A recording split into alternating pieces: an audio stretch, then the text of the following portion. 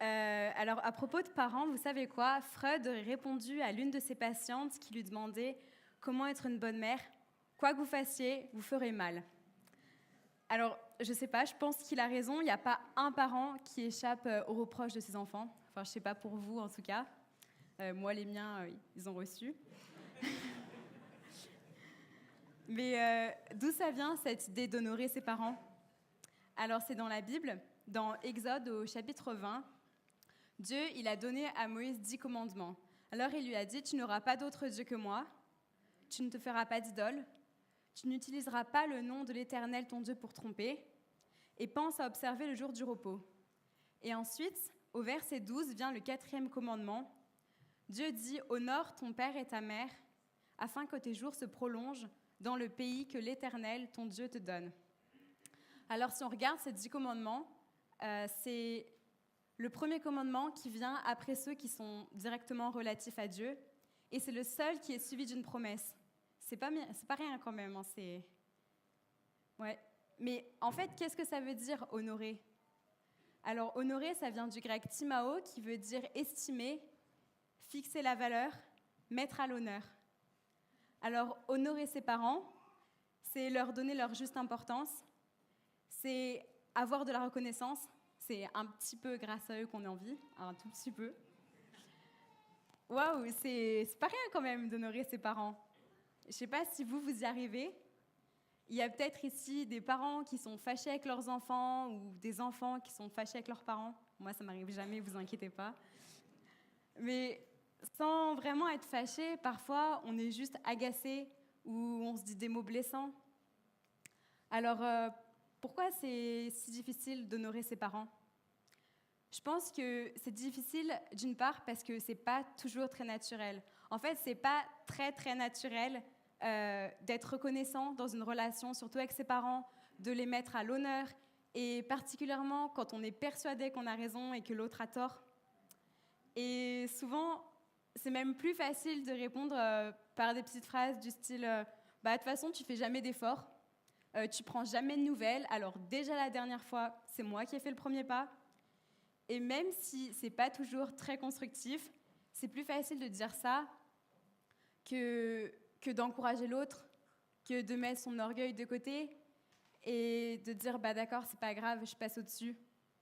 Et cet autre, en fait, c'est mon prochain, donc c'est mon ami, c'est mon frère, c'est mon voisin, mais c'est aussi mon enfant ou mon père ou ma mère. Alors comme nos relations ne sont pas toujours très faciles avec nos parents, on est allé voir dans la Bible. On s'est dit, peut-être qu'on va trouver mieux. Et en fait, vous savez quoi? Dans la Bible, c'est pas toujours facile non plus. On a vu qu'il y a parfois des exemples de mauvaises relations. Il y a aussi eu des trahisons, des conflits, des blessures. Il y a notamment Jacob. Jacob, il a trompé son père pour hériter de sa bénédiction. C'est pas super cool. Et pire, enfin, je sais pas si on peut dire pire, mais le roi Saül, il a essayé à plusieurs reprises de tuer Jonathan. Et Jonathan, c'était le meilleur ami de son fils. C'est vraiment horrible. Alors, non, j'ai dit l'inverse, non, c'est bon? Ouais, bon, voilà, vous avez compris. Les relations parents-enfants, parfois difficiles, en fait, c'est pas nouveau. Mais c'est pas parce que c'est pas nouveau et parce que c'est difficile que c'est pas important. C'est important de mettre à l'honneur nos parents parce que c'est un commandement que Dieu nous a donné. Et en fait, vous savez quoi? C'est important parce que Dieu, il est bon pour nous. Donc s'il nous a dit ça, c'est parce que c'est bon pour nous. Mais alors, quelles peuvent être les bénédictions qui découlent du fait d'honorer ses parents? Le commandement « Honore ton père et ta mère », on a dit qu'il était suivi d'une promesse, afin que tu ailles bien et que tes jours se prolongent. La promesse, elle concerne donc la longévité, mais aussi la qualité de notre vie. En écoutant tes parents, tu prolonges ta vie parce que tu apprends de leur expérience. Des fois, les parents, ils disent « Ah, mais faites pas les mêmes bêtises que nous ». Et puis nous, on dit « Bon, bah, c'est bon, laisse-moi vivre ma vie ». Mais en fait, si on écoute nos parents, on apprend de leur expérience. Et ça nous évite d'emprunter des fois des chemins qui peuvent être difficiles. Et puis, en étant en paix avec nos parents, ça a un impact positif sur notre bien-être. Alors en fait, on va prendre l'inverse. Des mauvaises relations, ça nuit un peu à notre sérénité, ça nuit à notre paix. Et ce mauvais état psychologique, des fois, c'est ça qui peut réduire notre durée de vie en nous impactant directement, en nous rongeant de l'intérieur. Mais comment on fait pour honorer ? Alors, je pense que honorer ses parents, c'est respecter leur éducation, du moins quand elle n'est pas contraire à ce que Dieu veut pour nous. Honorer ses parents, c'est les respecter. Des fois, on est dans une société où le respect, il est plus trop d'actualité. Et certaines personnes honorent pas leurs parents, peut-être parce qu'elles pensent que leurs parents sont, par exemple, inférieurs socialement, que ça en vaut pas la peine. Mais honorer ses parents, c'est aussi reconnaître que les parents, ils sont quand même occupés de leurs enfants, même si parfois ils ont pu le faire de façon un peu maladroite. Il y a des circonstances de vie où c'est quand même un réel débat. Si mon père il est alcoolique ou si ma mère elle s'est vraiment jamais occupée de moi, comment je fais pour honorer mes parents ? Comment je fais pour honorer mon père, pour honorer ma mère ? Honorer ses parents, c'est les remercier pour le bien qu'ils nous apportent chaque jour. Mais quand les relations sont difficiles, c'est pardonner à ses parents du mal qu'ils nous font, qu'ils nous ont fait, même s'ils ne sont plus forcément là. Et c'est aussi profiter du temps qu'il nous reste avec nos parents ou avec nos enfants pour apaiser nos relations et ne pas attendre les regrets du cimetière. On peut faire un parallèle en ce qui concerne le pardon et l'amour des ennemis. Je pense que c'est pas un « il faut pardonner » ou un « il faut aimer », mais c'est plus « il est bon d'arriver enfin à pardonner » parce que ça soulage et ça donne la paix. Et c'est pas pour dire que nos parents sont nos ennemis, mais c'est plutôt, je pense qu'on peut le prendre de la même façon. Il est bon d'arriver à honorer ses parents. Alors, au-delà du commandement « honore ton père et ta mère », qui est dans le devoir, Jésus, il instaure une nouvelle relation, comme entre le Père et nous. C'est une relation d'amour. C'est une relation qui transcende toutes les erreurs, toutes les maladresses, toutes les fautes. Et c'est ce qu'illustre la parabole dans la Bible sur le fils prodigue, avec un fils qui quitte son père, qui prend son héritage, qui part, et puis ensuite qui revient voir son père. Et à ce moment-là, vous savez quoi ? Son père, il lui fait pas une leçon de morale. Il lui dit pas « Ah, mais tu m'as pas honoré, tu m'as pas respecté. Pourquoi est-ce que tu reviens ?» Il l'accueille, il a les larmes aux yeux, les bras ouverts, et il est rempli d'amour. Et honorer nos parents, parallèle un peu avec la réalité de notre vie et les difficultés qu'on a. Et j'aimerais continuer un peu notre cheminement en allant dans le Nouveau Testament et en vous lisant Éphésiens 6. Éphésiens 6, de 1 à 5. Je vais vous le lire. Enfants, obéissez à vos parents, selon le Seigneur, car cela est juste. Honore ton père et ta mère, c'est le premier commandement avec une promesse, afin que tu sois heureux et que tu vives longtemps sur la terre. Et vous, pères, n'irritez pas vos enfants, mais élevez-les en les corrigeant et en les instruisant selon le Seigneur. Donc, Paul, il rajoute une deuxième partie à ce verset, comparé au premier commandement qu'on trouve dans Exode 20. Il rajoute la deuxième partie un peu plus axée sur les parents, qui dit « Parents, n'irritez pas vos enfants ». Je pense que Paul, il insiste peut-être un peu là-dessus, car une soumission, c'est pas aveugle. C'est enfant, obéissez à vos parents, d'accord, mais il y a un cadre à ça. C'est peut-être pour ça que Paul y rajoute parents, ne découragez pas, n'irritez pas vos enfants. On n'est pas soumis aux caprices ou aux désirs purs de nos parents. Peut-être qu'il a ajouté ça pour éviter un peu l'abus d'autorité qu'on pourrait trouver. Et pour résumer ça, je dirais que la soumission, elle est juste dans le cadre de l'amour. Et le devoir de l'enfant, c'est d'obéir, et celui des parents, d'aimer. Car je me suis rendu compte qu'un enfant, en fait, un enfant qui n'est pas obéissant, soumis, c'est un enfant qui n'est pas enseignable. Et un enfant, dans sa nature même, a besoin d'être enseigné. Un enfant, quand il naît, il est rien, il naît, il n'est pas encore une personne, et il a besoin d'enseignement pour grandir et pour devenir qui il va être. Et ça me fait penser, du coup, à Matthieu 19, verset 14, c'est une parole que Jésus dit, quand il dit « Laissez les petits enfants et ne les empêchez pas de venir à moi, car le royaume des cieux est pour ceux qui leur ressemblent. » moi, je connais ce verset depuis longtemps et c'est un verset qui m'avait beaucoup parlé donc il y a quelques années. Et j'avais toujours vu ce verset dans le sens où un enfant, c'est innocent, c'est honnête, c'est sincère, c'est pur. Du coup, soyons comme des enfants si on veut rentrer dans le royaume des cieux. Mais j'avais jamais pris en compte la dimension que un enfant, c'est un constant apprentissage. Donc, soyons comme des enfants et qu'on ait toujours envie d'apprendre de Dieu et qu'on ne se sente pas comme arrêté, mais qu'on soit constamment enseigné en apprentissage donc avec Dieu. Puis je reviendrai quand même encore sur ce que dit Paul. Donc, quand il rajoute le « n'irritez pas vos enfants », ça donne une double responsabilité aux parents. Timéa et Nathan en ont rapidement parlé hier dans leur discours pendant la soirée Impact. Mais donc parce que tout parent est enfant avant d'être parent, donc ils doivent et honorer leurs parents et ne pas irriter leurs enfants. Et quand on voit un petit peu la difficulté que c'est juste d'honorer ses parents, je veux dire que c'est une sacrée responsabilité en fait d'être parent et que je ne sais pas si aujourd'hui je serais prêt à avoir cette double responsabilité. Et donc voilà, je me considère encore à grandir et à apprendre avec Dieu. Parce que pour vous imaginez un petit peu ça. Donc moi, dans ma vie, j'ai grandi avec donc, des parents chrétiens et ils m'ont toujours essayé de tout faire pour que ça se passe bien. Ils ont essayé de faire leurs efforts. Et pourtant, moi, c'était dur de leur obéir et d'être soumis un petit peu à leur enseignement. Parce que j'ai envie de dire qu'au fond de moi, j'avais pas envie d'être soumis à rien en fait. J'avais envie d'être libre et d'avoir rien qui me dise qu'est-ce que je devais faire. Mais je pense que c'est une déformation de la vraie liberté en Dieu. Donc, dans une relation, on l'a vu, il y a les deux côtés doivent être acteurs. C'est de la communication et aussi beaucoup de pardon, je pense, parce que nous, on est humains, qu'on n'est pas parfait, qu'on fait des erreurs et qu'on fera encore des erreurs. En tout cas, moi, j'en fais plein. J'essaye de m'améliorer, mais je suis loin d'être parfait, surtout avec mes parents. Mais ils ne sont pas là, donc pour l'instant, est-ce que je peux parler. Et je me suis rendu compte aussi que la relation parent-enfant, en fait, c'est la première relation qu'a un enfant sur Terre. Quand on arrive, la première relation qu'on va développer, c'est avec nos parents.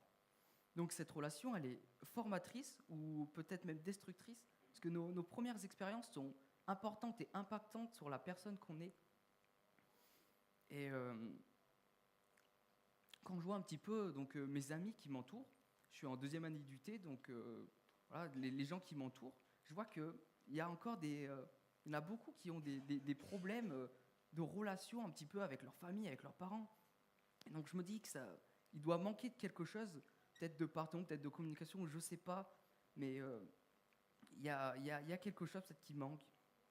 Et je voudrais, pour finir, vous partager quelque chose d'encore personnel sur moi. C'est un choix que j'ai fait de mettre Dieu au centre de mes relations. Je dirais, il y a environ 6 mois, ça devait être peut-être au début de l'année scolaire, je dirais. J'ai pris la décision de mettre Dieu dans mes relations. Donc c'était avec mes relations avec mes parents, mais aussi avec ma famille, avec mes frères et sœurs, et avec mes amis. J'ai vraiment élargi ça à toutes mes relations. Et j'ai pris la décision de tout remettre à Dieu. Et je dirais que dans ces 6 mois, j'ai l'impression d'avoir plus appris de mes relations avec Dieu que pendant peut-être les 10 dernières années où j'ai essayé de grappiller tout seul. Et c'est juste qu'avec Dieu, en fait, c'est lui qui faisait porter du fruit dans mes relations sans que je fasse de réels efforts. C'est des exemples hyper terre à terre, mais moi ça parle. Mais quand mes parents me demandaient de faire des choses, viens m'aider à faire les courses, va faire ça, j'ai besoin que tu ailles me chercher quelque chose à cet endroit. Généralement, j'avais tendance à râler, à dire mais j'ai plein de choses à faire, j'ai ça et ça, je suis débordé. Mais avec Dieu, on a tendance, c'est même plus des efforts.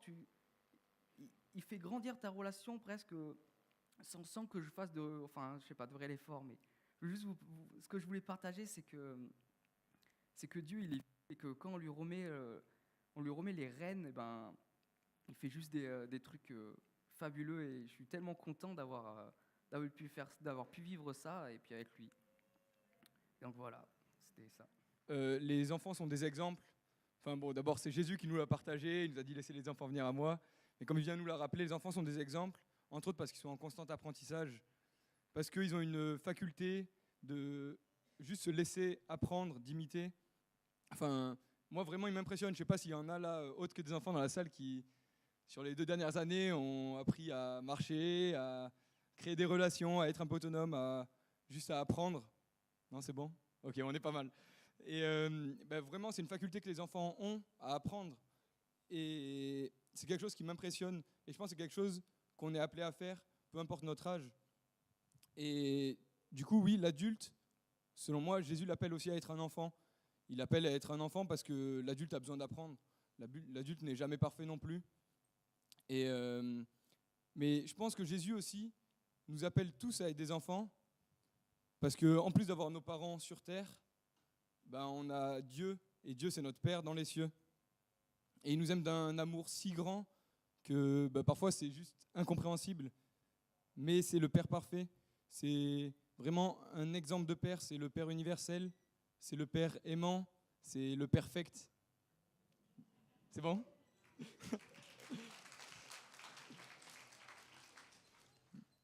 Et on doit apprendre à être son enfant. On doit apprendre à passer du temps avec lui. Et en fait, juste pour apprendre à être son enfant, apprendre à le connaître, il faut passer des moments simples dans sa présence. Pas parce qu'on doit le faire, mais parce qu'on a envie de le faire, parce qu'on a envie de lui faire plaisir, parce qu'on a envie de grandir avec lui dans notre intimité. Et en plus, c'est vraiment plus facile avec lui, parce que, comme je vous disais, c'est le Père parfait. Et parfois, moi, je sais que j'attends des choses trop grandes par rapport à ce que mes parents sont capables de me donner. Et du coup, il peut y avoir des tensions, il peut y avoir des choses qui frustrent. Mais justement, Dieu est parfait et on peut attendre des choses grandes de lui parce qu'il va nous les donner, il nous le promet. Et d'ailleurs, je suis désolé si je vous déçois, mais je pense que dans la salle, il n'y a aucun parent parfait. Il n'y a vraiment que Dieu qui est parfait. Et ça, on le voit dans le verset Psaume au chapitre 27, au verset 10, qui dit « Même si mon père et ma mère viennent à m'abandonner, l'Éternel m'accueillera. » Maintenant, vous allez me dire, ok, super, Nathan, mais ouais, pour se perfectionner avec lui, enfin pour se perfectionner, comment on fait? Et vous allez trouver ça tout bête, mais plus on passe de temps avec quelqu'un, enfin c'est logique, plus on passe de temps avec quelqu'un, plus on tend à lui ressembler. Imaginons, je passe beaucoup de temps avec quelqu'un, je vais prendre ses mimiques, prendre des expressions. Et vous voyez où je veux en venir? En fait, Dieu est parfait, donc plus on passera de temps avec lui, plus il nous enseignera, plus on apprendra à être à son image, un parent parfait. Bon, moi, j'ai pas d'enfant, donc pour le moment, j'ai pas encore cette difficulté. Mais plus on apprendra à être un parent parfait et à être comme lui et juste à aimer comme lui il aime, à aimer les enfants comme lui il aime. Et en plus de ça, on a un autre exemple, c'est Jésus-Christ, son fils, qui s'est fait homme. C'est le fils parfait. Il s'est fait homme, il est venu sur la terre pour nous. Il a obéi à son Père, il a obéi jusqu'au bout.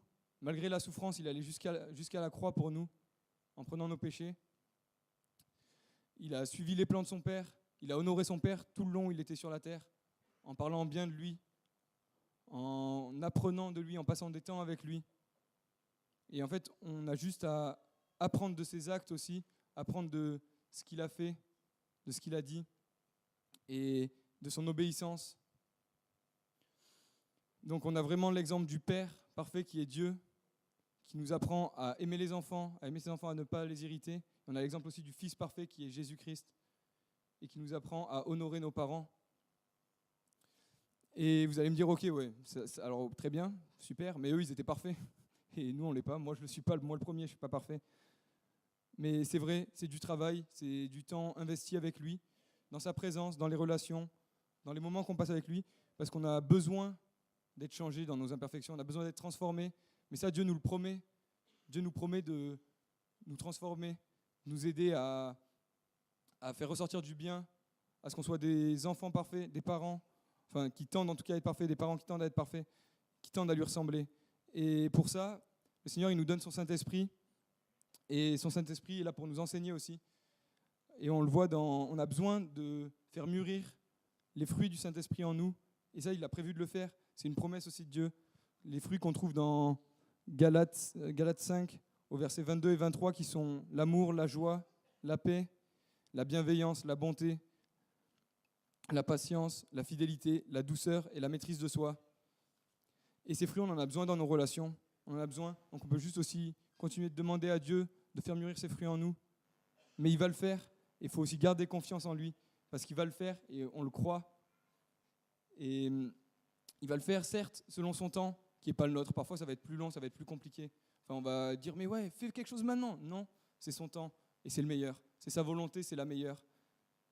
Et je veux vraiment... Enfin, on peut se poser cette question ce matin. Est-ce qu'on est prêt à changer pour Dieu aussi? Notre Père ne nous laisse pas seuls dans ce combat. Il nous a donné son Saint-Esprit. Il nous donne son exemple de Père parfait. Jésus nous donne son exemple de Fils parfait. Mais Jésus nous incite aussi à vivre la communion fraternelle, qu'on a la chance à la saisir vraiment en notre Père. Parce que finalement, en Dieu, on est tous frères et sœurs. Et il nous invite à vivre cette communion, à s'entraider, à s'édifier et à avancer côte à côte, les uns avec les autres, vers son cœur, dans lequel finalement on est vraiment tous frères et sœurs. Donc avant de vous parler de mon expérience avec mes parents, j'aimerais vous raconter une autre petite histoire assez intéressante, qui paraît totalement simple, mais qui m'a vraiment ouvert les yeux sur quelque chose d'important. Donc préparez-vous, je vais vous dire le mot « sœur en Christ » au moins une 30aine de fois, juste pour que vous le sachiez. Donc c'est une anecdote avec ma très chère sœur Héloïse Basselet, le sang de la veine. Donc après que je sois rentrée de mon année en Angleterre, je me suis mise en colocation à Lyon avec Héloïse. Enfin, notre rêve se réalisait. On s'était toujours dit quand on était petite, ah ouais, si on fait une coloc, ce sera entre nous. Parce que finalement, on est sur la même longueur d'onde, on s'aime. On a vécu une vingtaine d'années ensemble, on s'est supporté 20 ans. Pourquoi pas une année de plus? Et finalement, cette année de folie s'envisageait sans surprise, parce qu'on se connaissait parfaitement, entièrement. Enfin, c'est ce qu'on croyait. Puis les premiers mois ont passé. Et malgré notre fusion d'humour, notre fusion d'intérêt pour les arts et la musique, malgré notre amour pour Dieu et pour l'une et l'autre, on était souvent agacés et irrités pour un rien. Bien sûr, il y avait le stress des cours, il y avait le travail à côté, il y avait aussi le fait qu'on était à Lyon, dans une grande ville, alors que nous sommes nés dans une campagne. Et voilà, je sentais quand même qu'un sentiment un peu amer commençait à s'installer en moi, je ne sais pas pourquoi, contre mon gré. Jusqu'au jour où Héloïse, en se faisant un thé, une belle journée de novembre, fit tomber malencontreusement, son eau par terre, de partout. J'étais assez fatiguée, j'étais un peu dans un mauvais mood à ce moment-là, et je fis automatiquement une moue en disant « Oh, Hélo !»